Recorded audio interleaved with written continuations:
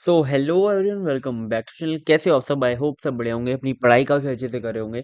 तो आज मैं लेकर आया हूँ आपके लिए यूनिट 4 का लेक्चर 2। इससे पहले हमने यूनिट 4 के लेक्चर 1 के अंदर बहुत अच्छे से इंट्रोडक्शन देखा, हमने शेड्यूल्स के टाइप्स देखे।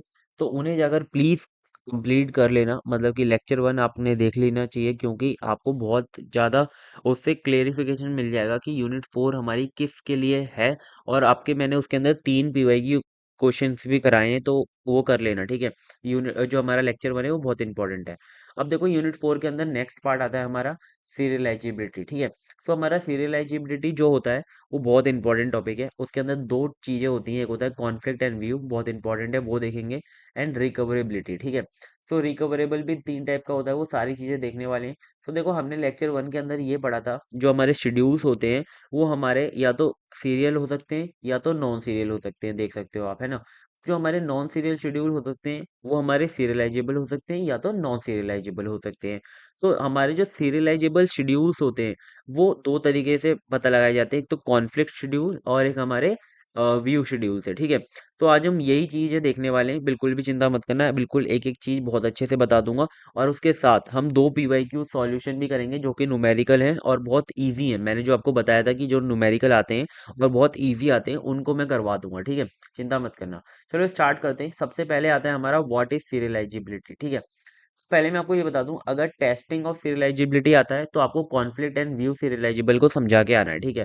और अगर सीरियलाइजेबल आता है तो आप सीरियलाइजेबल भी समझाओगे और फिर कॉन्फ्लिक्ट एंड व्यू को भी समझाओगे, ठीक है। तो व्हाट इज सीरियलाइजिबिलिटी, ठीक है। सीरियलाइजिबिलिटी बेसिकली होती क्या है? अगर शेड्यूल है हमारा, जो हमारा शेड्यूल है, अगर वो हमारा सीरियलाइज, अगर उनका जो रिजल्ट है, ठीक है, वो अगर सीरियल शेड्यूल के बराबर आ जाता है, ठीक है। कोई भी हमारा जो नॉन सीरियल शेड्यूल होता है वो हमारा या तो सीरियलाइजेबल हो सकता है या तो हमारा नॉन सीरियलाइजेबल हो सकता है, ठीक है। अगर वो सीरियलाइजेबल है, इसका मतलब ये है कि वो नॉन सीरियल शेड्यूल होने के बावजूद सीरियल शेड्यूल जैसा रिजल्ट होल्ड करता है, ठीक है। इतना समझो, ठीक है। A schedule who can become serial, ठीक है, उसे हम कहते हैं सीरियलाइजेबिलिटी। तो a schedule is serializable if its result is the same as the serial schedule, ठीक है, जैसा मैंने आपको बताया। Transaction transaction execute without overlapping, इसका मतलब क्या है कि जो हमारे ट्रांजेक्शन्स होती हैं वो ओवरलैप नहीं करती आपस में, ठीक है। सीरियल शेड्यूल का मतलब ये होता है। तो serialisable schedule ensure database consistency, उसके अंदर कंसिस्टेंसी मेंटेन रहती है। डेटाबेस की कंसिस्टेंसी का मतलब क्या होता है कि बिफोर एंड आफ्टर जो डेटा है वो सेम रहता है।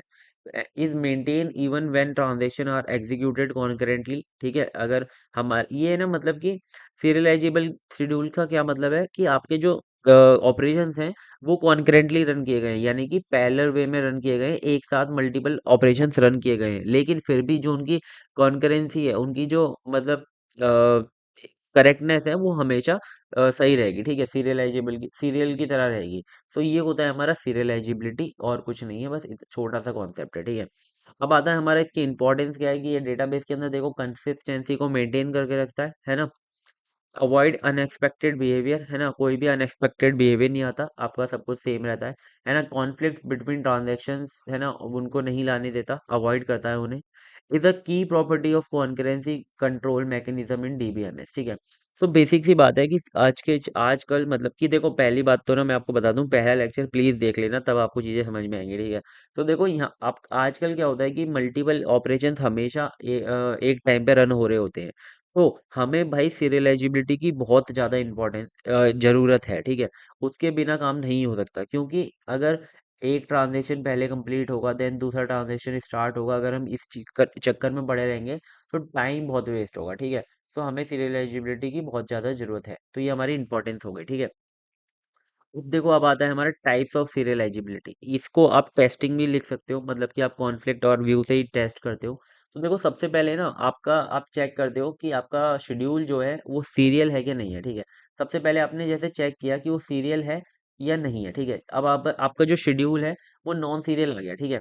अब आप क्या करते हो, उसे चेक करते हो कि वो हमारा कॉन्फ्लिक्ट शेड्यूल है, कॉन्फ्लिक्ट सीरियलाइजेबल है कि नहीं है, ठीक है। सबसे पहले आप चेक करते हो, ठीक है। अगर वो कॉन्फ्लिक्ट सीरियलाइजेबल है तो वो हमारा क्या है, सीरियलाइजेबल है। अगर कॉन्फ्लिक्ट सीरियलाइजेबल भी नहीं है तो आप जाते हो व्यू सीरियलाइजेबल पे, ठीक है। मतलब कि समझ रहे हो, ऐसे आपकी जो थोड़ा सा ये जो क्या बोलते हैं प्रोसीजर होता है वो इस तरीके से होता है। आप सबसे पहले कॉन्फ्लिक्ट पे जाते हो, फिर आप व्यू पे जाते हो, ठीक है। तो कॉन्फ्लिक्ट सीरियलाइजेबिलिटी होती क्या है, ये हमारी देखो टाइप्स ऑफ जो सीरियलाइजेबिलिटी है वो 2023-24 में भी पूछी गई थी और 21-22 में भी पूछी गई थी, तो बहुत इंपॉर्टेंट है, ठीक है। तो चलो देखते हैं, सबसे पहले देखते हैं कि कॉन्फ्लिक्ट सीरियलाइजेबिलिटी होती क्या है। So, a schedule is conflict serializable if it can be transformed into serial schedule by swapping non-conflict operation, ठीक है। अगर आप नॉन कॉन्फ्लिक्ट ऑपरेशन को स्वैप करके उसे सीरियल शेड्यूल बना देते हो तो वो हमारा क्या होता है, हमारा कॉन्फ्लिक्ट सीरियलाइजेबिलिटी, ठीक है। बस इतना सा ध्यान में रखो कि अगर आप ये जो नॉन कॉन्फ्लिक्ट ऑपरेशन है लाइक रीड राइट है ना, वो जो डिफरेंट डेटा आइटम्स है उन्हें अगर आप स्वैप करके अगर आप उसे सीरियल शेड्यूल बना देते हो तो वो हमारा क्या होता है, कॉन्फ्लिक्ट सीरियलाइजिबिलिटी होती है, ठीक है। समझ रहे हो। अब देखो, conflict serializability is determined using precedence graph, ठीक है। प्रेसिडेंस ग्राफ का थोड़ा सा ओवरव्यू मैंने आपको लेक्चर 1 में दिया था। आज हम इसके ऊपर न्यूमेरिकल भी करके देख लेंगे तो आपको सारे सब कुछ क्लियर हो जाएगा, ठीक है। तो हम जो कॉन्फ्लिक्ट सीरियलाइजिबिलिटी है ये हम प्रेसिडेंस ग्राफ को देखकर बता सकते हैं, ठीक है। A schedule is conflict serializable if its precedence graph has no cycles, ठीक है। जब आप प्रेसिडेंस ग्राफ बनाओगे, ऐसा होता है ना आपका प्रेसिडेंस ग्राफ, अगर उस प्रेसिडेंस ग्राफ में अगर कोई साइकिल नहीं है, ठीक है। साइकिल ऐसे होती है कि आप अगर इससे चालू करो और इसी पर वापस आ जाओ तो वो हमारी साइकिल होती है, जैसे कि आप यहाँ से यहाँ पर गए फिर आप वापस आए, ठीक है। तो अगर इसके अंदर साइकिल नहीं है तो वो हमारा क्या है, कॉन्फ्लिक्ट सीरियलाइजेबल है, ठीक है। तो इसका बहुत ईजी सा मेथड है, आपको कुछ भी ज्यादा मैन्युअली नहीं करना पड़ता, प्रेसिडेंस ग्राफ से आपकी सारी चीजें हो जाती है, ठीक है। बस आपने प्रेसिडेंस ग्राफ बनाया, आपकी अगर साइकिल नहीं आ रही उसके अंदर कोई भी, तो वो क्या हो जाता है, हमारा नॉन सीरियलाइजिबिलिटी हो जाती है, ठीक है। तो देखते हैं अब हमारा क्या है, नॉन सीरियलाइजिबिलिटी नहीं, ये हो जाती है हमारी कॉन्फ्लिक्ट सीरियलाइजिबिलिटी, ठीक है। अब हमारे स्टेप्स क्या है प्रेसिडेंस ग्राफ को बनाने के लिए, जल्दी से मैं आपको स्टेप्स बताता हूँ, उसके बाद ये जो नेक्स्ट न्यूमेरिकल है ना 2022-23 वाला वो करेंगे और आपका काम खत्म हो जाएगा, ठीक है। तो देखो, स्टेप्स क्या है, क्रिएट प्रेसिडेंस ग्राफ। सबसे पहले क्या करो, जितने भी आपके नोड हैं ईच ट्रांजेक्शन के लिए वो बना दो, जैसे कि आपके अगर नंबर ऑफ ट्रांजेक्शन 3 है, T1 T2 T3, तो क्या करो, उनके उनके लिए नोट्स बना दो, ठीक है। आपने ऐसे नोट्स बना दो, ठीक है। आपने नोट्स बना दिए। अब क्या करो, ड्रॉ डायरेक्टेड एज, है ना। अब क्या करो, जो भी आपका पहले आपका ट्रांजेक्शन खत्म हो रहा है उसके लिए क्या करो, डायरेक्टेड एज बनाओ इफ कॉन्फ्लिक्टिंग ऑपरेशन, अगर T1 TI और TJ, जैसे कि अगर मैं इसे TI मानता हूँ इसे TJ मानता हूँ, ठीक है। सो अगर कोई भी कॉन्फ्लिक्ट आपका जो ऑपरेशन में परफॉर्म हो रहा है, कॉन्फ्लिक्ट ऑपरेशन कौन कौन से होते हैं, रीड राइट हमारा कॉन्फ्लिक्ट होता है, राइट रीड हमारा कॉन्फ्लिक्ट होता है, राइट राइट हमारा कॉन्फ्लिक्ट होता है। अगर ऐसा कोई भी ऑपरेशन आता है आपस में तो क्या करो, वो उसे डायरेक्ट कर दो, ठीक है। अब आपने ऐसे डायरेक्ट एरो बना दिया, ठीक है। If the graph contain cycle, अगर इस ये आप करते करते आपके जो ग्राफ है वो साइकिल आ जाती है उसके अंदर, तो वो हमारा क्या है, नॉन कॉन्फ्लिक्ट सीरियलाइजेबल है, ठीक है। वरना वो क्या है, अगर नहीं आती साइकिल तो कॉन्फ्लिक्ट सीरियलाइजेबल है।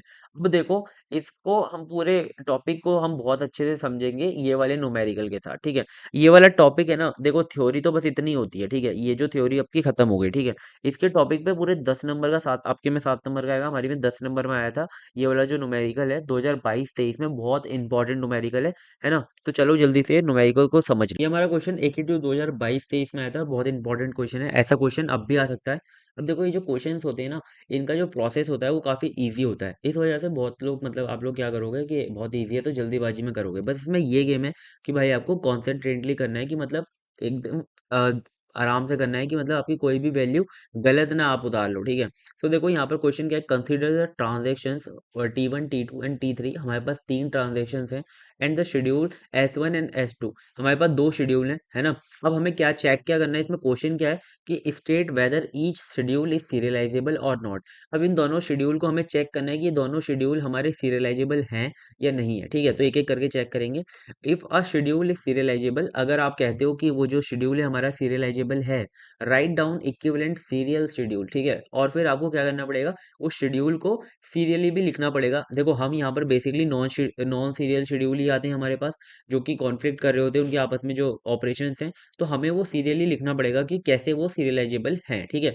सीरियलाइजेबल का मतलब क्या है, ऐसा शेड्यूल, ऐसा नॉन सीरियल शेड्यूल जो कि सीरियलाइज बनने के काबिल है, ठीक है, एबल है।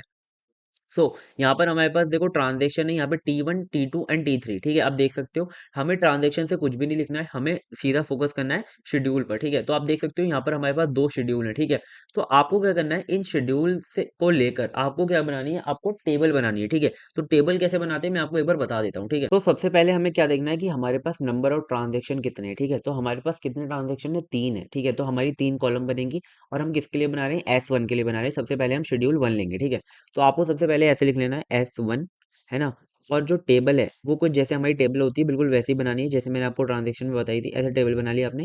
कितने ट्रांजेक्शन है, 3 है, ठीक है। तो आपने 3 बनाए और यहाँ पे लिख दिया T1 T2 एंड T3, ठीक है। आपने ऐसे लिख देना है। अब क्या करना है, आपको शेड्यूल अब देखना है, ठीक है। तो देखो यहाँ पर आपको शेड्यूल विजिबल होगा, अच्छे से आपको दिख रहा है ना। तो देखो इस शेड्यूल के अंदर आप देखो कि सबसे पहले क्या है आपका R1, ठीक है। कि अगर 1 लिखा है तो आपको सबसे पहला वाला जो ट्रांजेक्शन है उसमें चीजें लिखनी है, ठीक है। तो आपको सबसे पहले क्या गिवन है, R1, तो आपको ऐसे लिखना है R1 एंड X, ठीक है। पूरा का पूरा लिख दिया। अब आपको गिवन है R2Z, ठीक है। यानी कि T2 की बात हो रही है, तो आपको इसके सामने नहीं लिखना है, आपको नीचे लिखना है, ठीक है। जिसमें आप लिख दोगे उसके सामने कुछ भी नहीं लिखोगे, ठीक है। तो आपने क्या लिखा, R2Z, ठीक है। फिर आपको आपको क्या गिवन है, R1Z, ठीक है। फिर आपको यहाँ पर आ जाना है R1 में, R1Z, ठीक है। फिर आपको क्या गिवन है, R3X। तो R3 यानी कि इस वाले में गिवन है, यहाँ तक हमने लिख लिया है। R3 R3 एंड X, ठीक है। यहाँ तक हमारा हो गया। देखो आप शेड्यूल देख सकते हो। अब गिवन है R3Y, ठीक है। वही वाला गिवन है R3Y, ठीक है। फिर क्या गिवन है, W1Z यानी कि 1, ठीक है। W1Z। फिर लिखा है W3Y यानी कि 3 वाला है, W3Y। फिर गिवन है R2Y, ठीक है, R2Y। फिर क्या गिवन है, W2Z एंड W2Y। तो वही एक साथ लिख दो, W2Z एंड W2Y। तो देखो हमारी टेबल कुछ इस तरीके से बनेगी, ठीक है। तो ये देखो मैंने टेबल पहले से बना रखी थी यहाँ पर, इसे हटा देते हैं, है ना। आपको ये समझ में आ गया होगा कि टेबल बनाते कैसे हैं। देखो यहाँ पर मैंने लिख रखा है कि आपको ऐसे लिखना है, मतलब कि सबसे पहले आपको यहाँ पर कॉन्फ्लिक्ट, इसे हम प्रेसिडेंस ग्राफ कहते हैं, जिससे कि हम ये सॉल्व करते हैं, ठीक है। टेबल को नहीं, अभी हम देखेंगे कि प्रेसिडेंस ग्राफ बनाते हैं हम इसके लिए, ठीक है। सो सबसे पहले आपको क्या करना है, शेड्यूल और ट्रांजेक्शन को लेकर आपको टेबल बना लेनी है, ठीक है। आपने टेबल बना ली, तो इस टेबल की हेल्प से कैसे प्रेसिडेंस ग्राफ बनाते हैं मैं आपको वो बताऊंगा। तो देखो आपको सबसे पहले क्या करना है, आपको दिमाग में ये रखना है, मैंने आपको पहली वीडियो के अंदर भी बताया था कि आपका रीड राइट होता है तो कॉन्फ्लिक्ट आता है, राइट रीड आता है तो कॉन्फ्लिक्ट आता है, अगर राइट राइट आता है तो कॉन्फ्लिक्ट आता है, अगर रीड रीड आएगा तो कोई भी दिक्कत नहीं है, ठीक है। तो हमेशा ध्यान रखो, अगर किसी भी ऑपरेशन के अंदर एक बार या दो बार, कितनी बार भी मतलब राइट आ जाता है, एक बार भी आ जाता है राइट, तो वो क्या है, हमारा कॉन्फ्लिक्ट है, ठीक है। तो देखो हम देखेंगे यहाँ पर कैसे देखेंगे। देखो यहाँ पर सबसे पहले पहले वाले को लेना है R1 को, ठीक है। R1 को ले रहे हैं हम, तो आपको क्या करना है, इस वाली जो हमारी ये वाली जो रो है इसको है ना पूरा, ये वाली जो कॉलम है इसको पूरा हाइड कर देना है, ठीक है। आपने हाइड कर दी। जो नेक्स्ट वाली ना उसमें आपको चेक करना है कि ये जो R1X है, क्या ये R क्या है, R का मतलब होता है क्या, R का मतलब होता है रीड, ठीक है। तो R का मतलब क्या होता है, रीड। अब रीड का मतलब क्या है कि हम रीड करेंगे X को। तो यहाँ पर हम क्या करेंगे कि हम देखेंगे कि कहीं और ट्रांजेक्शन पे जो X है वो कहीं हमारा राइट तो नहीं हो रहा, अगर यहाँ पर राइट होता तो हम रीड चेक करते, ठीक है। सो देखो यहाँ पर R लिखा है तो चेक करो कहीं X हमारा राइट तो नहीं हो रहा। देखो यहाँ पर कहीं पर हो रहा है, एक्स हमारा कहीं पे राइट नहीं हो रहा, ठीक है। तो यहाँ पर आप देख सकते हो कि एक्स और रीड हो रहा है, एक्स रीड हो रहा है, वाई राइट हो रहा है, वाई ये, लेकिन एक्स नहीं हो रहा कहीं पे, ठीक है। तो इसको क्या करना है, हमारा ये वाला ऑपरेशन सही है, इसे आपको कट कर देना है, ठीक है। अब आया आपका सेकंड, कौन सा आया, R2। R2 हमारा क्या है, जेड है। हमारा जो जेड है वो क्या हो रहा है, रीड हो रहा है। अब आपको चेक करना है ये जो आपका जेड है वो कहीं पर राइट तो नहीं हो रहा। इस वाली कॉलम, इस वाली जो कॉलम है उसे चेक नहीं करना, ठीक है। तो आपको बीच वाली कॉलम को हाइड कर देना है और दोनों कॉलम में चेक करना है। तो R2 आप जो आपका जेड है वो कहीं पर राइट तो नहीं हो रहा, तो ऐसे कर दिया। देखो जेड आपका कहीं पे भी राइट नहीं हो रहा, ठीक है। तो हम इसे भी काट देते हैं। अब नेक्स्ट देखते हैं क्या है आपका, R1Z, ठीक है। सो जेड आपका कहीं पे राइट तो नहीं हो रहा, फिर से आपको चेक करना है। इस वाली कॉलम को छुपा दो, जेड आपका कहीं पे राइट हो रहा है, हाँ देखो यहाँ पर राइट हो रहा है, ठीक है। सो देखो यहाँ पे राइट हो रहा है आपका जेड, ठीक है। तो अब आपको क्या करना है, आपको इस वाले को है ना कट कर देना है और आपको ये देखना है कि T1 से कहाँ पर राइट हो रहा है, ठीक है। तो हम T1 पे थे, यहाँ पे जेड था, और कहाँ पर ये राइट हो रहा था, T2 पे राइट हो रहा था, ठीक है। तो आपको क्या करना है, ये जो तीनों ट्रांजेक्शन है ना ऐसे लिख लेने हैं, ठीक है। T1 T2 T3, ठीक है। अब हमारा जो जेड था वो कहाँ पे राइट हो रहा था, T2 पे राइट हो रहा था, T1 से, ठीक है। तो आपको यहाँ पे T1 से T2 पर क्या कर देना है, एक एरो बना देना है, ठीक है, डायरेक्टेड ऐसे एक एरो बना देना है, ठीक है, हमेशा ध्यान रखो ऐसे आपको एरो बनाना है। बहुत ईजी वे में बता रहा हूँ क्योंकि ये वाला जो न्यूमेरिकल है पूरे 7 नंबर में आएगा, ठीक है, हमारे में तो 10 नंबर में आता था। अब हमारे ये 3 हो गए, अब चौथे पे जाना है। हमारा क्या आ गया, R3X, ठीक है। अब इसको छुपा दो, एक्स आपका कहीं पे राइट हो रहा है क्या, यहाँ पे राइट हो रहा है, ठीक है। तो आपको T3 से कहाँ पे राइट हो रहा है, T1 पे राइट हो रहा है, ठीक है, इसे काट दो। T3 से T1 पे राइट हो रहा है, ठीक है। तो T3 से T1 पे राइट हो रहा है, तो ऐसे आएगा आपका एरो, ठीक है, देख सकते हो आप। अब आपका ये वाला कट गया, अब आया आपका क्या, R3Y, ठीक है।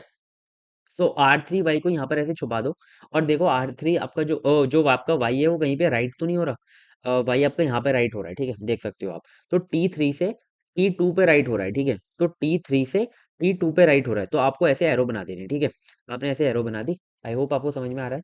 अब देखो यहाँ पे, अब ये वाला हो गया हमारा, तो अब देखो यहाँ पर हमारा नेक्स्ट आता है क्या, W1X, ठीक है। तो अब इसको छुपाओ और देखो X हमारा कहीं पे रीड तो नहीं हो रहा।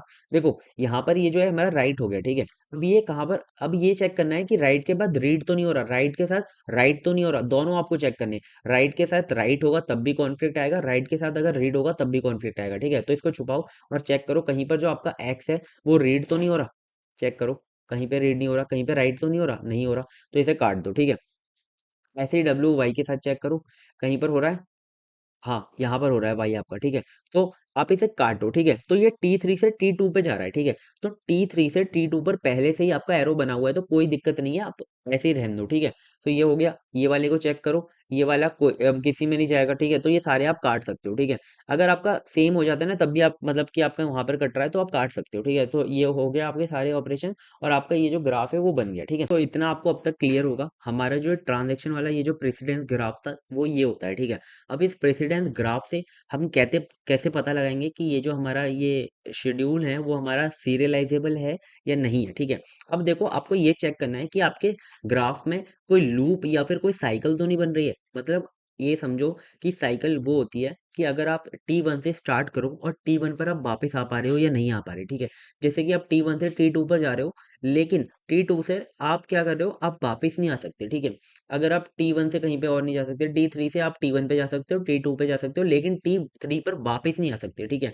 तो यहाँ पर कोई भी साइकिल नहीं बन रही है, ठीक है। तो ये क्या है हमारा, ये हमारा सीरियलाइजेबल शेड्यूल है, ठीक है। अब देखो क्वेश्चन में ये पूछा गया है, आप ये लिख सकते हो, यस इट इज सीरियलाइजेबल, ठीक है। यस इट इज सीरियलाइजेबल, ठीक है, आप ये लिख सकते हो अब इस क्वेश्चन के अंदर, ठीक है। तो देखो यहाँ पर आपने क्वेश्चन के अंदर ये लिख दिया कि इट इज सीरियलाइजेबल। अब आपके क्वेश्चन में ये पूछा हुआ है, अगर ये सीरियलाइजेबल है तो ये बताओ कि वो सीरियलाइजेबल कैसे है, ठीक है, उसका सीरियल लिखकर बताओ। तो आपको क्या करना है, आपको ये चेक करना है, आपको ग्राफ की डिग्री चेक करनी है, ठीक है। तो आपको ग्राफ में ये चेक करना है कि कौन से आपका जो वर्टेक्सेस है, ये जो आपका नोड होता है ये होता है वर्टेक्स, और ये जो आपका ये जो बीच में आर्क बना हुआ है ये होती है हमारी क्या, एज। अब देखो यहाँ पर आपको चेक करना है कि कौन सा ऐसा वर्टेक्स है जहां पर आपका नोड जो है वो जो वर्टेक्स है उसकी जो डिग्री है वो 0 है, ठीक है। तो देखो यहाँ पर आप चेक करो डिग्री 0 आप कैसे पता लगाओगे कि किस नोड पर एक भी आपका जो ये जो एज है वो आ नहीं रही है, डायरेक्टेड नहीं है, ठीक है। तो देखो T3 पर हमारी कोई भी एज आ नहीं रही है, इस पर 2 आ रही है, इस पे 1 आ रही है, इस पर 0 है, ठीक है। तो इसकी डिग्री 1 है, इसकी डिग्री 2 है, इसकी डिग्री 0 है, ठीक है। सो आपको क्या करना है, आपको इन एजेस को कट कर देना है, ठीक है ना। और इस नोड को कट करके क्या करना है, अलग लिख लेना है, ठीक है। आपने T3 को उठा के यहाँ पे लिख लिया। अब आप समझो कि ये आपकी एज कट हो गई है, ठीक है, आपकी ये जो एज है वो कट हो गई है, और ये वाला नोड भी कट हो गया है, ठीक है। अब आपने T3 को उठा के यहाँ पे लिख लिया, ठीक है। अब आपको क्या करना है, अब आपको चेक करना है कि कौन से वाले वर्टेक्स की या नोड की आपकी जो डिग्री है वो 0 है, ठीक है। तो अब देखो इसकी डिग्री 1 है, इसकी डिग्री 0 है, तो अब इसको कट कर दो और यहाँ पे लिख दो T1, और इसको ऐसे एरो बना दो, ठीक है। अब आपको ये T2 तो ही मिलेगा, T2 लिख दो यहाँ पर, ठीक है। तो अब ये जो आपका ग्राफ है ना, ये हो गया सीरियल, ठीक है। अब ये सारे जो आपके यहाँ पर जितने भी ऑपरेशन है उनको आप पहले करोगे, फिर आप पहले मतलब T3 के आप पहले करोगे, फिर आप T1 के करोगे, फिर आप T2 के करोगे। तो ये हमारा क्या बन गया, सीरियलाइजेबल। बस आपको ये लिख कर आना है, आपका ये वाला क्वेश्चन हो गया। तो आपका जो S1 है वो क्या है, आपका सीरियलाइजेबल है, ठीक है, आपका जो सीरियलाइजेबल शेड्यूल है। आई होप आपको ये समझ में आ गया होगा। अब हमारा आता है नेक्स्ट शेड्यूल S2, ठीक है। S2 के लिए भी बिल्कुल ऐसे ही टेबल बना लेंगे, मैंने पहले से ही टेबल बना ली है, आप देख सकते हो यहाँ पर मैंने टेबल बना ली है। अब इसको भी जल्दी से सॉल्व कर लेते हैं, ठीक है, बिना देरी करे। तो R1 को सबसे पहले चेक करो कि एक्स आपका कहीं पे राइट हो रहा है। देखो जल्दी से, एक्स आपका कहीं पे राइट हो रहा है? नहीं हो रहा, ठीक है। रीड हो रहा है लेकिन राइट नहीं हो रहा, ठीक है, एक्स। तो इसको कट करो। फिर आप जेड को चेक करो कहीं पे राइट हो रहा है। जेड आपका कहीं पे राइट हो रहा है? नहीं हो रहा, ठीक है। तो जेड को छोड़ो। अब आप एक्स को देखो कहीं पे राइट हो रहा है? एक्स यहाँ पे राइट हो रहा है, ठीक है। तो ये हमारा T3 से कहाँ पे जा रहा है? T1 पे जा रहा है, ठीक है। तो T3 से T1 पे क्या बना दो? एक एरो बना दो, ठीक है, कुछ नहीं है। अब हम इस पे चेक करो, जेड आपका कहीं पे राइट हो रहा है? जल्दी से चेक करो, जेड आपका कहीं पे राइट हो रहा है? हाँ, यहाँ पे राइट हो रहा है, ठीक है। तो हम T1 से T2 पे जा रहे हैं, ठीक है, T1 से हम T2 पे जा रहे हैं। आई होप आपको समझ में आ रहा है। अब वहाँ आता है हमारा वाई, वाई को चेक करो कहीं पे राइट हो रहा है? वाई आपका कहीं पे राइट हो रहा है? हाँ, यहाँ पे राइट हो रहा है, ठीक है। तो T2 से हम T3 पे जा रहे हैं, ठीक है, T2 से हम T3 पे जा रहे हैं। तो आप देख सकते हो यहीं पर आपकी जो साइकिल है वो बन चुकी है, ठीक है, लेकिन आप फिर भी आगे आपको चेक करना पड़ेगा। तो इसको वाई को भी चेक कर लो, यहाँ पर हो रहा है, ठीक है। सो T3 से T2 पे जा रहे हैं, T3 से T2 पे जा रहे हैं, ठीक है, तो ऐसे जा रहे हैं वापस, ठीक है। तो ये भी आपका कट हो गया। अब इसको चेक करो, एक्स को राइट हो रहा है तो रीड कहीं पे चेक करो, नहीं है, ठीक है, तो इसे हटाओ। राइट हो रहा है, ठीक है, एक्स कहीं पे हो रहा है? नहीं हो रहा, ठीक है, इसे काट कर दिया। जेड को चेक करो, जेड आपका कहीं पे हो रहा है? नहीं हो रहा, ठीक है। वाई को चेक करो, वाई यहाँ पे हो रहा है, ठीक है। तो T3 से T2 पे जा रहे हैं, T3 से T2 पे, और पहले ही आप आ रखे हैं, कोई दिक्कत नहीं है, ठीक है। तो आप देखो यहाँ पर कितना आपका जो ग्राफ है वो बिल्कुल साइक्लिक बन चुका है, इसके अंदर लूप भी आ चुके हैं, ठीक है, ये वाला भी आ गया है ना, तो पूरा लूप आ गया है। तो ये जो आपका ग्राफ है ना, ये क्या है आपका? इट इज नॉट सीरियलाइजेबल, ठीक है। तो आपको यहाँ पे लिख देना है, no it is not serializable, ठीक है, तो आपने ये लिख दिया, ठीक है।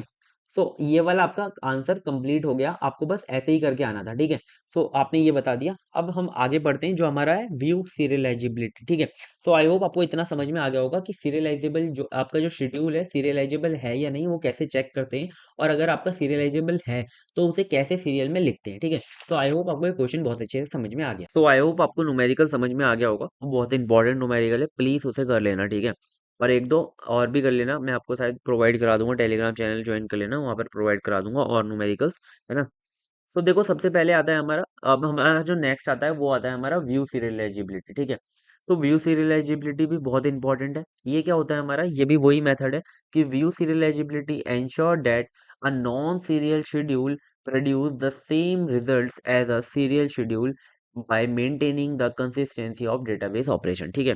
सो बेसिकली ये ना क्या करता है कि अगर नॉन जो हमारा सीरियल शेड्यूल है वो हमारा सीरियल शेड्यूल के बराबर रिजल्ट हमें प्रोड्यूस कर दे, तो वो हम किससे पता लगाते हैं? व्यू सीरियलाइजेबिलिटी से पता लगाते हैं, ठीक है। एक हमारा टेस्टिंग मेथड है, ये समझ सकते हो, टाइप ऑफ हमारा जो है क्या है, ये सीरियलाइजेबल भी है, ठीक है। So a schedule is view serializable. अब हमारा जो शेड्यूल है वो व्यू सीरियलाइजेबल कब होता है? If it is view equivalent, ठीक है। अगर वो व्यू इक्विवेलेंट है, इसमें देखो यही कंडीशन है। व्यू सीरियलाइजेबल में वहां पर क्या था? प्रेसिडेंस ग्राफ से आप पता लगाते थे, ठीक है। यहाँ पर आप कैसे पता लगाओगे? व्यू इक्विवेलेंट से पता लगाओगे, ठीक है, टू अ सीरियल शेड्यूल, ठीक है। तो यहाँ पर आप क्या करोगे? व्यू इक्विवेलेंट निकालोगे। अब व्यू इक्विवेलेंट निकालने के लिए आपको तीन कंडीशन याद करनी है, ठीक है, वो मैं आपको बता दूंगा अभी। Two schedules S1 and S2 are view equivalent if they satisfy the following conditions, ठीक है। तो आपको बस ये तीन कंडीशन याद रखनी है व्यू सीरियलाइजेबिलिटी के लिए, ठीक है। देखो थ्योरी तो बिल्कुल सेम ही है, बस इसमें ये आ जाता है प्रेसिडेंस ग्राफ की जगह व्यू इक्विवेलेंट, ठीक है। सो थ्योरी में क्या है? सबसे पहले तीन कंडीशन आप देख लो, अभी मैं आपको जब ये एक सॉल्व करूंगा इसका जो कंडीशन के साथ, तब आपको और अच्छे समझ में आ जाएगी कंडीशन। तो पहली कंडीशन ये होती है चेक इनिशियल रीड, ठीक है।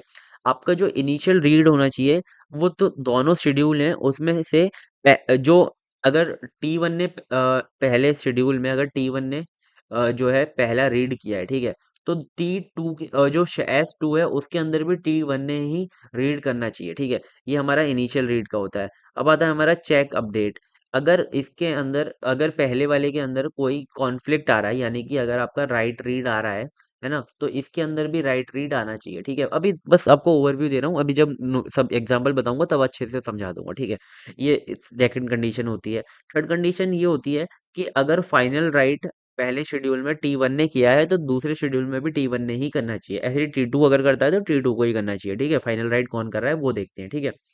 So if all three conditions are satisfy, अगर ये तीन कंडीशन आपकी सेटिस्फाई हो जाती हैं, तो हमारा जो शेड्यूल होता है वो हमारा क्या होता है, व्यू इक्विवेलेंट होता है ना, और वो हमारा क्या हो जाता है, व्यू सीरियलाइजेबल हो जाता है। तो आई होप आपको ये समझ में आ गई होंगी कंडीशन। चलो जल्दी से देख लेते हैं एग्जाम्पल के थ्रू।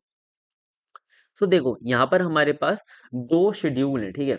एक तो हमारे पास ये शेड्यूल है, ठीक है, एक हमारे पास ये शेड्यूल है, ठीक है। अब देखो इस शेड्यूल, अब मैं आपको कंडीशन तीनों बताता हूँ, ठीक है। पहली कंडीशन क्या है कि इनिशियल राइट किसने किया, इनिशियल रीड किसने किया, ठीक है। ये समझो इनिशियल रीड किसने किया है। आपको कुछ नहीं करना है, आपको एक टेबल बनानी है, ठीक है। मैं आपको बताता हूँ, यहाँ पर आपको एक ए बी, है ना, यहाँ पर ऐसे टेबल बनानी है, मैं बताता हूँ। यहाँ पर S1 लिखो, यहाँ पर S2 लिखो, है ना, यहाँ पर ए लिखो, यहाँ पर बी लिखो। मैं बिल्कुल अच्छे से बता रहा हूँ आपको, ठीक है। वहां पर तो थ्योरी थी, ठीक है। सो देखो आपको क्या करना है, आपको टेबल बनानी है, ठीक है, ऐसे। सो ये देखो कि S1 के अंदर फाइनल इनिशियल रीड किसने किया, यहाँ पर S1 के अंदर इनिशियल रीड यानी कि सबसे पहला रीड किसने किया, ए को T1 ने किया, ठीक है। तो यहाँ पर ए को किसने किया, T1 ने रीड किया इनिशियली, ठीक है। और बी को किसने रीड किया, T1 को T1 ने ही किया, ठीक है। तो यहाँ पर भी आप T1 लिख दो, ठीक है।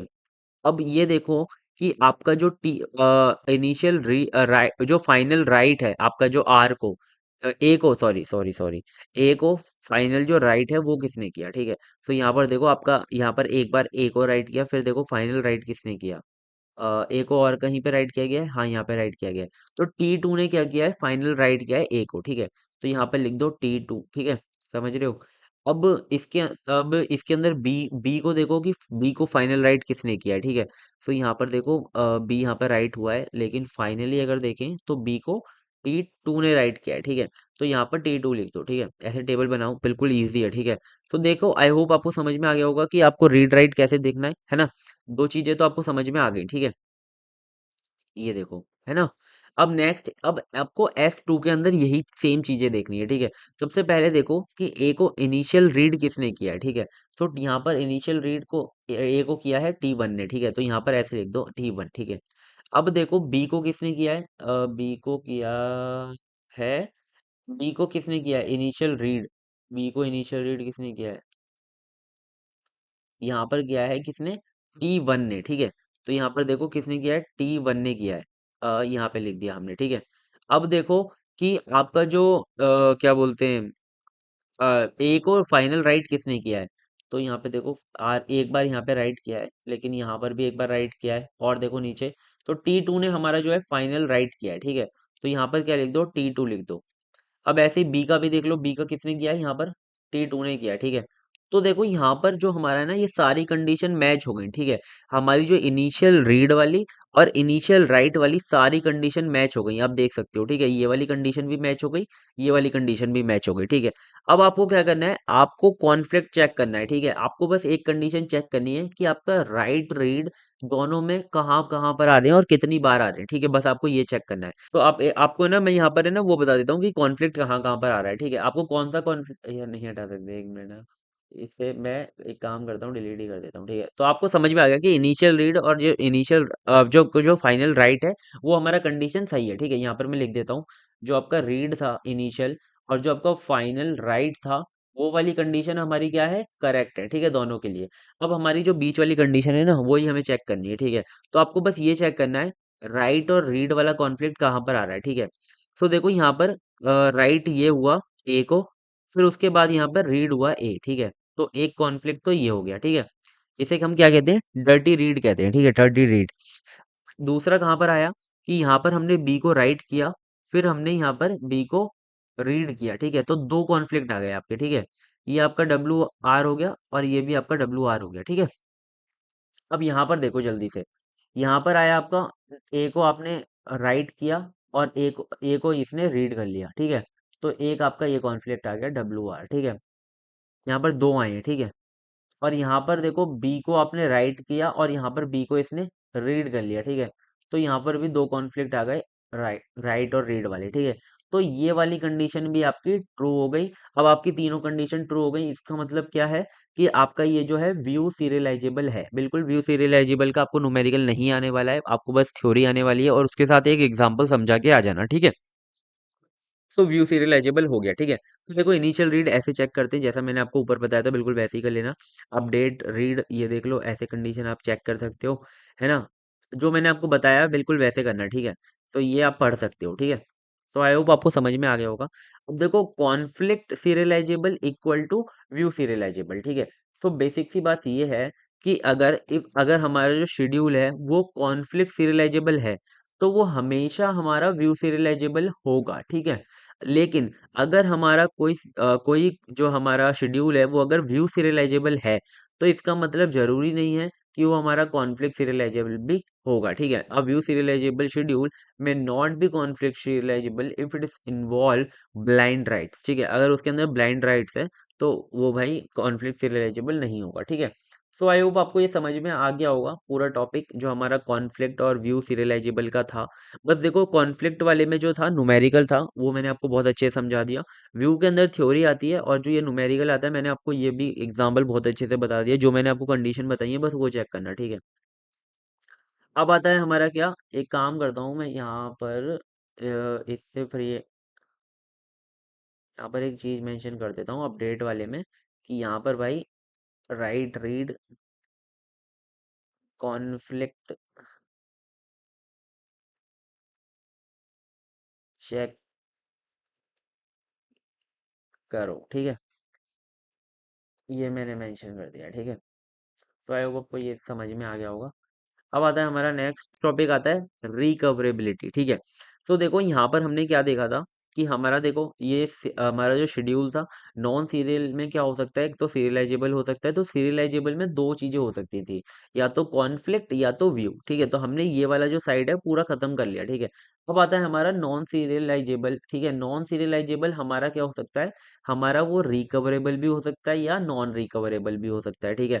तो अगर रिकवरेबल है तो भाई वो तीन तरीके से हो सकता है, कि वो कास्केड हो, कास्केड लेस हो या स्ट्रिक्ट हो, ठीक है। तो बेसिकली तीन होते हैं, recoverable, cascade less and strict, ठीक है।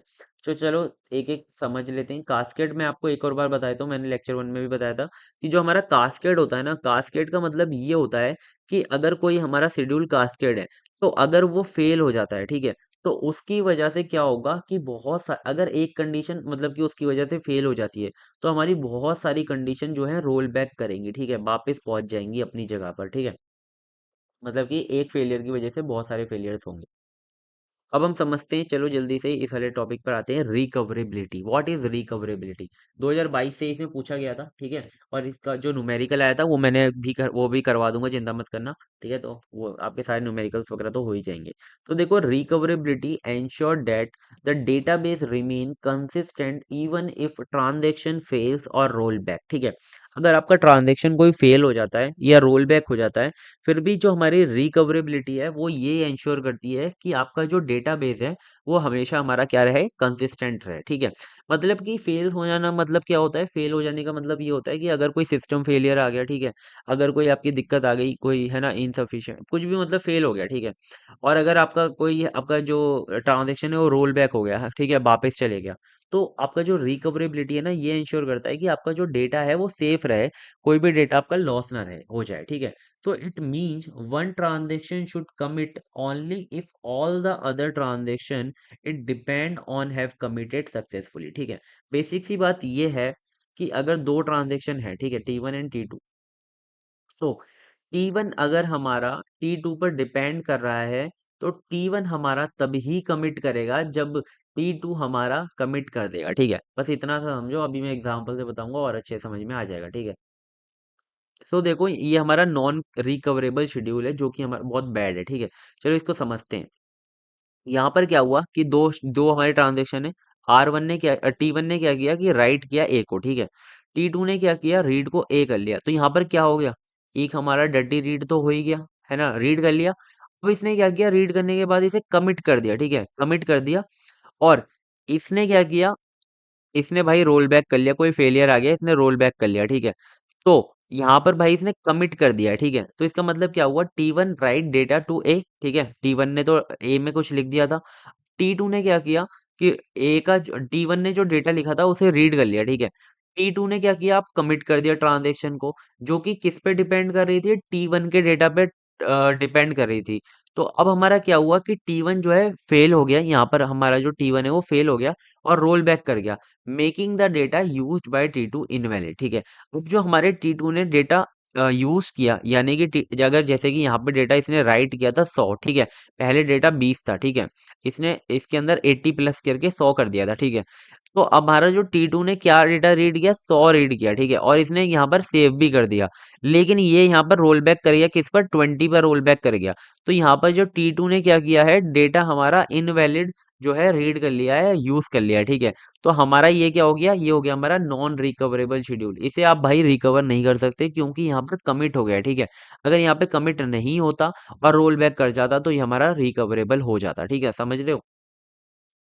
अब हम भी अभी हम देखते हैं कि इसमें प्रॉब्लम क्या है कि भाई एक मिनट, इसे थोड़ा छोटा कर दूं। हाँ, तो देखो यहाँ पर प्रॉब्लम क्या हुई कि T2 ने भाई कमिट कर दिया बिफोर T1 से और T1 हमारा फेल हो गया। तो रिजल्ट क्या होगा कि database is inconsistent state because T2 used invalid data, ठीक है। तो अब हमारा आता है रिकवरेबल शेड्यूल, जो कि हमारा गुड है ना, अच्छा है। तो रिकवरेबल शेड्यूल में क्या होता है कि यहाँ पर देखो इसने राइट किया और इसने रीड कर लिया, ठीक है, यहाँ पर भी डटी रीड हुआ है लेकिन इसने कमिट नहीं किया, ठीक है। इसने राइट किया, इसने रीड कर लिया, लेकिन इसने जब कमिट किया तब इसने कमिट किया, ठीक है। तो ये हमारा क्या है, रिकवरेबल है, ठीक है, मतलब कि अगर यहाँ पर कोई भी फेलियर वगैरह आता है तो कोई दिक्कत नहीं होगी, ठीक है। तो why good, T2 commits after T1 commits, ठीक है, मतलब कि T2 ने T1 के बाद कमिट किया, क्यों, क्योंकि जो ये डेटा रीड कर रहा है वो किस पे डिपेंड कर रहा है, T1 पे डिपेंड कर रहा है, ठीक है। तो जब भी अगर कोई भी ट्रांजेक्शन अगर कमिट करती है तो उससे पहले जो जिस पर वो डिपेंड करी है उन सबको कमिट करना चाहिए, ठीक है, तो वो हमारा रिकवरेबल होगा, ठीक है। अब मतलब ये समझ लो कि जो भी ट्रांजैक्शन पहले मॉडिफाई करेगा, पहले राइट ऑपरेशन को यूज करेगा, उसे पहले कमिट करना है, तभी हमारा जो ट्रांजैक्शन है वो हमारा रिकवरेबल होगा। बस दिमाग में ये बात रखो कि जो भी ट्रांजैक्शन पहले राइट ऑपरेशन परफॉर्म करेगा वो पहले कमिट करेगा, ठीक है। सो नेक्स्ट देखते हैं ये अब हमारे आते हैं types of schedule in terms of recoverability, ठीक है। सो पहला होता है हमारा रिकवरेबल शेड्यूल, फिर होता है हमारा कास्केड लेस शेड्यूल, और एक होता है हमारा क्या, स्ट्रिक्ट शेड्यूल, ठीक है। सो देखो रिकवरेबल शेड्यूल तो आपको समझ में आ ही गया है जो मैंने आपको समझाया था, ठीक है। रिकवरेबल शेड्यूल क्या होता है कि schedule is recoverable if a transaction commits after the transaction is depend on have it committed, ठीक है, मतलब कि जिसके ऊपर वो भाई डिपेंड कर रहा है उसे पहले कमिट करना चाहिए, ठीक है। सो एग्जांपल लें तो T2 reads a value return by T1, ठीक है, T2 should not commit until T1 committed, ठीक है। तो ये हमारा इसका एग्जांपल हो गया। ये इंपॉर्टेंट क्यों, क्योंकि ये इनकंसिस्टेंसी को प्रिवेंट करता है caused by committing a transaction that depend on another committed transaction, ठीक है। तो रिकवरेबिलिटी का तो आपको मैंने रिकवरेबल शेड्यूल का तो आपको मैंने ऊपर एग्जांपल भी बता दिया, ये आपको बहुत अच्छे से समझ में आ गया होगा, ठीक है। अब हमारा नेक्स्ट टॉपिक नेक्स्ट जो टाइप आता है वो आता है हमारा क्या, कास्केडलेस शेड्यूल, ठीक है। सो कास्केड शेड्यूल कौन से होते हैं, कास्केड शेड्यूल वो होते हैं जिन जो कि ऐसे ट्रांजेक्शन होते हैं अगर उसके अंदर कोई एक ट्रांजेक्शन फेल हो जाता है तो सारे ट्रांजेक्शन फेल हो जाए, ठीक है। जैसे कि मैं आपको बताऊं कि किसी T1 है, T2 है, T3 है, T4 है, T5 है, ठीक है। तो यहाँ पर जैसे कोई डेटा राइट हुआ, फिर यहाँ पर डेटा कोई राइट हुआ, यहाँ पर कोई डेटा रीड हुआ, है ना, यहाँ पर कोई डेटा राइट हुआ, देन यहाँ पे राइट हुआ कोई डेटा, ठीक है, और यहाँ पर हो गया भाई फेलियर, ठीक है, यहाँ पर हो गया फेलियर, कोई कमिट वमिट नहीं हुआ। तो यहाँ पर अगर फेलियर हुआ है ना, तो ये भी रोल बैक करेगा, ये भी रोल बैक करेगा, ये भी रोल बैक करेगा, ये भी रोल बैक करेगा। तो एक फेलियर की वजह से मल्टीपल ट्रांजैक्शन फेल होते हैं, उसको हम क्या कहते हैं, कास्केड शेड्यूल, या फिर आप कास्केडिंग रोल बैक भी कहते हो उसे, ठीक है। मतलब कि एक फेलियर की वजह से अगर मल्टीपल फेलियर्स होते हैं तो उसे हम क्या कहते हैं, कास्केड शेड्यूल या कास्केड फेलियर, ठीक है। अब देखो कास्केड लेस शेड्यूल क्या होता है, ठीक है। कास्केड लेस शेड्यूल बेसिकली वो फेलियर जो है उसे प्रिवेंट करता है, ठीक है। सो ये क्या होता है हमारा, थोड़ा देखो, सबसे पहले अगर हम स्ट्रिक्टनेस की बात करें, शेड्यूल की स्ट्रिक्टनेस की, ठीक है, तो सबसे हमारा जो सबसे ज्यादा स्ट्रिक्ट होता है वो होता है हमारा स्ट्रिक्ट शेड्यूल, ठीक है। उससे थोड़ा सा लेस होता है हमारा क्या, ये कास्केड लेस शेड्यूल, ठीक है।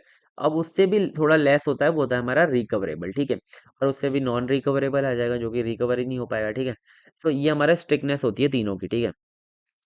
पूछी जाती है क्वेश्चन में कि कंपेयर करो तीनों को, तो मैंने आपको बता दिया, ठीक है। तो कास्केड लेस क्या होते हैं? ये हमारा स्ट्रिक्टर टाइप ऑफ शेड्यूल, थोड़ा सा स्ट्रिक्टर है ना, where a transaction is not allowed to read uncommitted data from another transaction। देखो ये बात ध्यान में रखो कि इसके अंदर क्या होगा कि अगर किसी ट्रांजैक्शन ने कमिट कर दिया तो उसके बाद ही डेटा कोई रीड कर सकता है, ठीक है। अगर किसी ट्रांजैक्शन ने कोई डेटा मॉडिफाई किया यानी कि राइट किया ए को, तो अगर उसे ए को क्या किया है, कमिट नहीं किया है अभी तक, ठीक है, तो कोई और ट्रांजैक्शन उसे रीड नहीं कर सकता, ठीक है। यानी कि इसके अंदर डर्टी रीड पॉसिबल नहीं है। डर्टी रीड का मतलब नहीं है, अगर डर्टी रीड होता है तो वो कास्केड लेस नहीं होता, ठीक है, शेड्यूल। सो ये आप बस समझ लो कि इसके अंदर डर्टी रीड नहीं होना चाहिए। यानी कि अगर किसी ट्रांजैक्शन ने राइट ऑपरेशन परफॉर्म किया है और अभी तक कमिट नहीं किया है उसे, तो कोई भी अदर ट्रांजैक्शन उसे रीड नहीं कर सकता ए को, ठीक है। तो ये हमारा क्या होता है, कास्केड लेस होता है, ठीक है। तो इसका एग्जाम्पल ले तो ये रहा एग्जाम्पल। तो देखो T1 ने क्या किया, राइट किया, फिर कमिट किया, फिर T2 ने रीड किया, ठीक है। तो ये हमारा क्या है, कास्केड लेस है, ठीक है।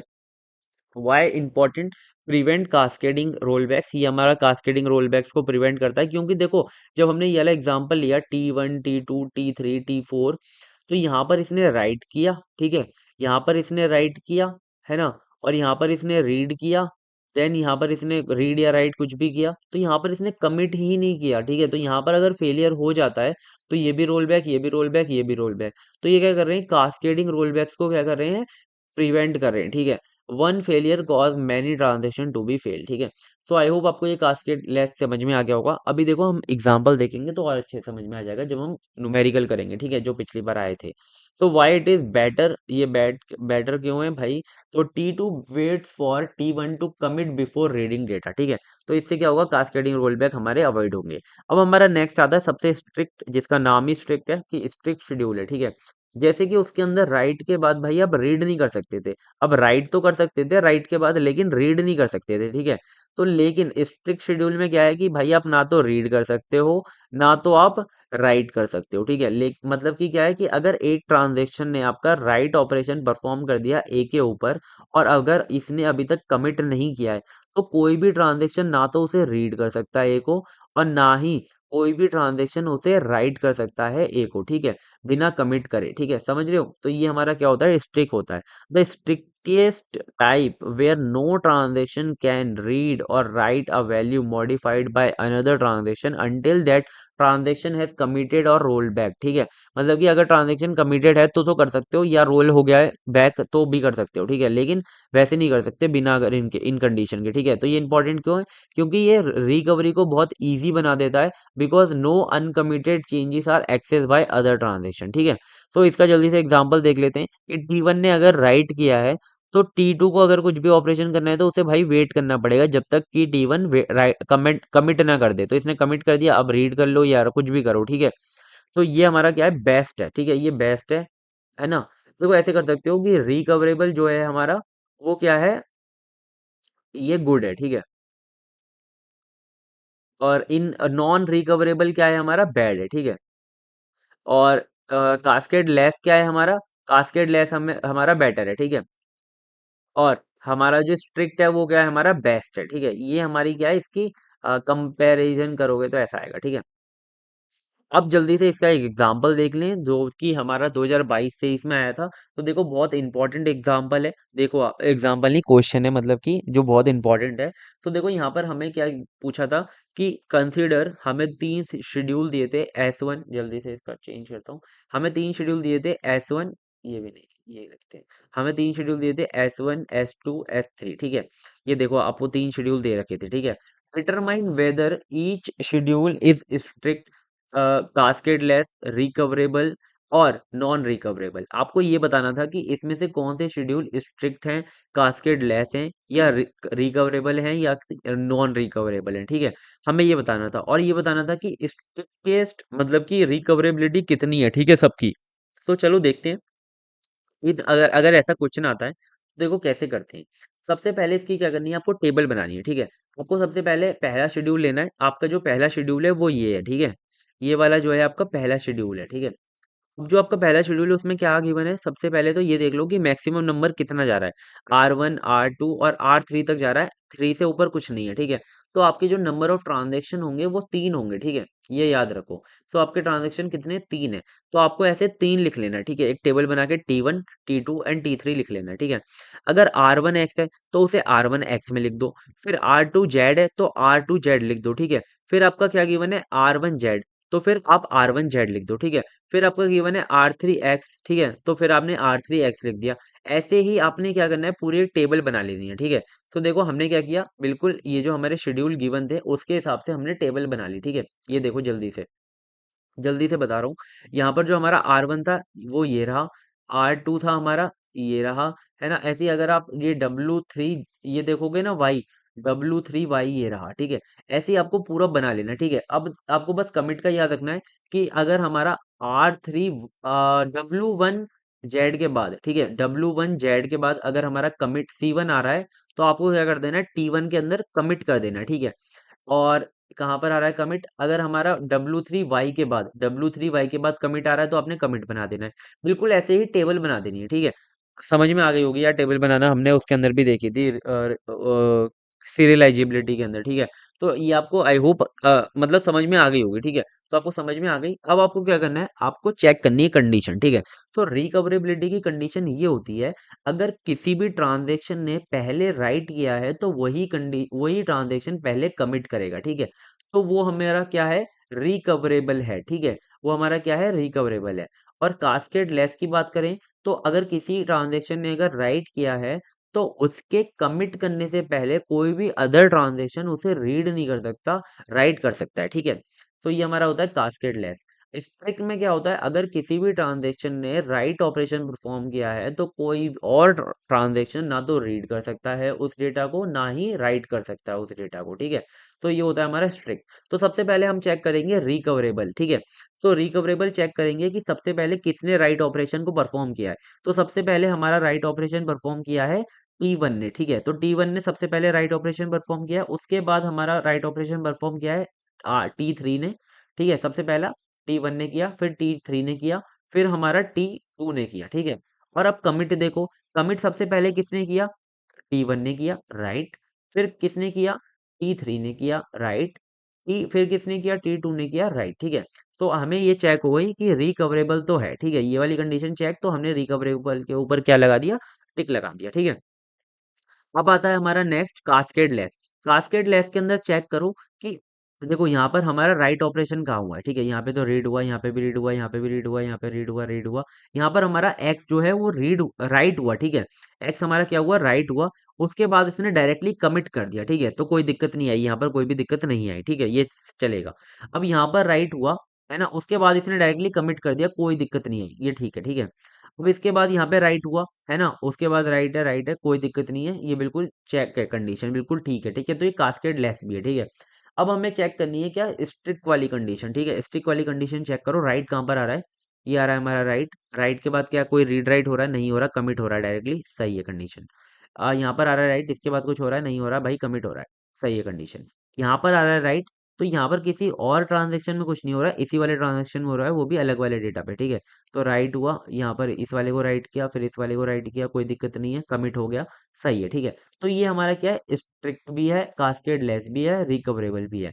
तो इसकी जो हमारी स्ट्रिक्टेस्ट कंडीशन होगी वो हमारी S1 की क्या होगी, स्ट्रिक्ट होगी, ठीक है। मतलब कि ये स्ट्रिक्ट तक पहुंच रहा है, ठीक है। सो आई होप आपको ये अलग समझ में आ गया होगा शेड्यूल, ठीक है। अब हमारा नेक्स्ट शेड्यूल देखते हैं, बिल्कुल इस वाले शेड्यूल को उठाकर ऐसी टेबल बना लो, ठीक है। तो देखो यहाँ पर मैंने कुछ कंडीशन भी लिख रखी है, आप इन्हें चेक कर सकते हो, ठीक है। तो देखो S2 के अंदर देखो क्या है, S2 के अंदर सबसे पहले रिकवरेबिलिटी चेक करो, ठीक है। तो रिकवरेबिलिटी को चेक करेंगे सबसे पहले कि राइट ऑपरेशन कौन कौन परफॉर्म कर रहा है, यानी कि मॉडिफाई कौन कर रहा है। सबसे पहले मॉडिफाई कर रहा है हमारा T1, ठीक है। तो सबसे पहले कौन कर रहा है, T1 मॉडिफाई कर रहा है।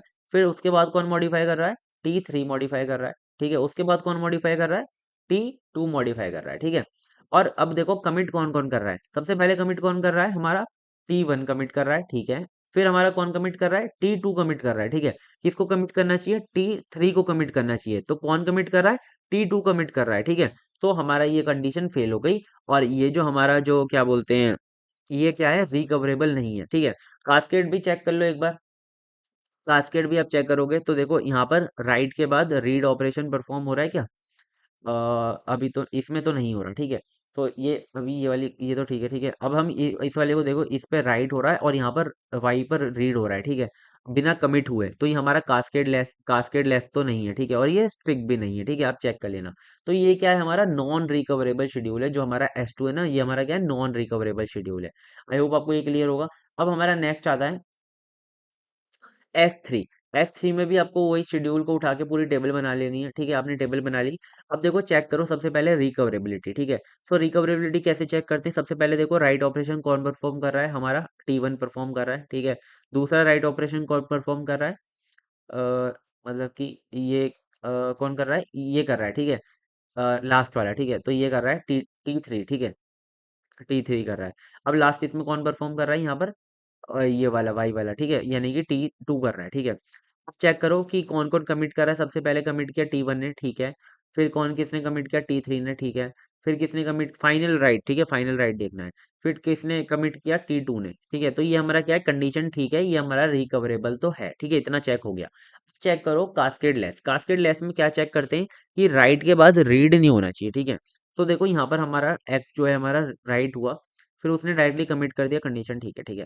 यहाँ पर हमारा जो जेड है वो राइट हुआ, उसके बाद कोई रीड हुआ नहीं हुआ, ठीक है। तो फिर इसके बाद ठीक है, इसको इसने राइट किया क्या, इसके बाद इसे रीड किया किसी ने, नहीं किया, इसने इसे राइट किया, फिर इसने इसे कमिट किया और इसने कमिट किया, ठीक है। तो ये कास्केड लेस तो है, ठीक है, कास्केड लेस तो है। अब यहीं पर आप देखो कि ये कास्केड लेस हो गया, रिकवरेबल हो गया। अब स्ट्रिक्टनेस में देखो यहाँ पर ये राइट ऑपरेशन परफॉर्म हुआ, इसने इसे कमिट नहीं किया, उससे पहले T2 ने क्या कर दिया, राइट ऑपरेशन परफॉर्म कर दिया, ठीक है। ना तो रीड होना चाहिए ना तो राइट होना चाहिए, स्ट्रिक्ट के लिए, ठीक है। तो ये हमारा क्या हो गया, ये स्ट्रिक्टनेस हमारी वाली कंडीशन फेल हो गई और ये स्ट्रिक्ट नहीं है, ठीक है। तो इसकी जो मैक्सिमम कंडीशन आई, स्ट्रिक्टेस्ट आई, वो क्या आई हमारी, कास्केड लेस। तो आपके ये जो तीनों क्वेश्चन थे वो सॉल्व, ये जो क्वेश्चन थे आपके तीनों शेड्यूल, वो तीनों के तीनों सॉल्व हो गए, ठीक है। आप तीनों शेड्यूल के आगे लिख सकते हो कि ये जो हमारा पहला था वो हमारा क्या है, ये हमारा है स्ट्रिक्ट शेड्यूल, और ये हमारा नॉन रिकवरेबल शेड्यूल, और ये हमारा कास्केड लेस शेड्यूल, ठीक है। सो आई होप आपको समझ में आ गया होगा बहुत अच्छे से, है ना। और ये मैंने सारे आपको, ये जो जितने क्वेश्चन बताए थे मैंने आपको सारे करवा दिए हैं, है ना। दोनों न्यूमेरिकल, यही इसी दो न्यूमेरिकल टाइप के आते हैं, बहुत इंपॉर्टेंट है, दोनों कर लेना, ठीक है। और जो भी मैंने आपको क्वेश्चन कराए हैं सारे कर लेना, है ना। Difference between conflict and view देख लेना। और ये जो रिकवरेबिलिटी के अंदर तीन टाइप्स हैं, तीनों को अच्छे से पढ़ लेना, ठीक है। तो यही था आज का हमारा लेक्चर, और अगर आपको बहुत अच्छे से समझ में आ गई हैं सारी चीज़ें तो कमेंट कर देना, अच्छा था। और ठीक है, अच्छे से पढ़ो, लेक्चर 1 जरूर देख लेना। लेक्चर 1 के अंदर मैंने बहुत इंपॉर्टेंट चीज़ें बताई हैं, ठीक है। तो बाय बाय, मिलते हैं नेक्स्ट वीडियो में, तब तक के लिए take care, all the best for your exams, bye bye.